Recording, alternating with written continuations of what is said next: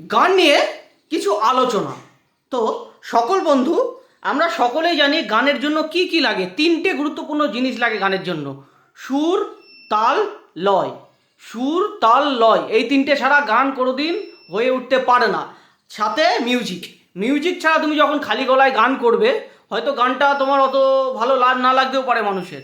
তো এটা কি, সুর, তাল, লয় একটা স্কেল থেকে আরেকটা স্কেল যায়, সেই সময় একটা যে গলার কাঁপুনি ঝাঁকুনি কিংবা গলার যে স্কেলটা মেনটেন করে আরেক স্কেলে যাওয়া, খালি গলায় অনেকের এটা ভালো লাগতেও পারে না লাগতেও পারে, কিন্তু গানের সুর, তাল, লয়, আমি হয়তো সেরকম গান জানি না, কিংবা কারো জন্য আমি সেরকম খারাপ সিঙ্গার, কারোর জন্য ভালো সিঙ্গার। আমি তো সিঙ্গার নয়, আমি মানে চেষ্টা করি গান করার, তাছাড়া কিচ্ছু নয়। সো যেটা বলছিলাম, সুর, তাল, লয়। যেমন কোনো একটা মানুষ দুঃখ পেয়েছে না, ভালোবেসে দুঃখ পেয়েছে, যেমন এই গানটা কিভাবে সুরটা তুলতে হবে দেখো: ভালোবেসে ভিখারি হলাম, তুমি হলে রানী গো। ভালোবেসে ভিখারি হলাম, তুমি হলে রানী। মানে কতগুলো এর মধ্যে, কতগুলো সুর, তাল, লয়, তার সঙ্গে এটাকে কিন্তু গলাটাকে খেলাতে হবে, যেটা রাগ, অনুরাগ, এগুলো সব গানের মধ্যে জুড়তে হবে, তাই তো? যেমন দেখো: ভালোবেসে ভিখারি হলাম, তুমি হলে রানী। অলংকার, এটা গানের অলংকার। গানটাকে সাজাতে হবে এইভাবে অলংকার দিয়ে।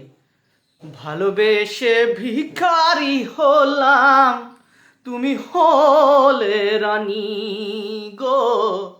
ভালোবেসে ভিখারি হলাম, তুমি হলে রানী।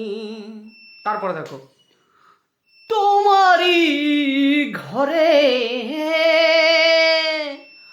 জলে গো প্রদীপ। মানে হাই থেকে লো, লো থেকে হাই, লো থেকে হাই, হাই থেকে লো, মিডিয়াম, সব কিছু বেসে একটা সুন্দরভাবে চলতে হবে। আমি হয়তো পারি না, চেষ্টা করি। তোমারই ঘরে জলে গো প্রদীপ, আন্ধারে আমি কেঁদে মরি। ভালোবেসে ভিখারি হলাম, তুমি হলে রানী গো। ভালোবেসে ভিখারি হলাম, তুমি হলে রানী। তো কেমন হলো সকলে একটু জানাবে, যদি কোনো ভুল হয়ে থাকে ক্ষমা করে দেবে। হয়তো অনেকে আছে এর থেকেও ভালো সুর, তাল, লয়, অলংকার সম্বন্ধে তাদের জ্ঞান আছে, আমার হয়তো সেভাবে জ্ঞান নাও থাকতে পারে। তো যদি কোনো ভুল করে থাকি ক্ষমা করে দেবেন। সকলকে অসংখ্য ধন্যবাদ, অপরন্ত ভালোবাসা, lots of love for all of you.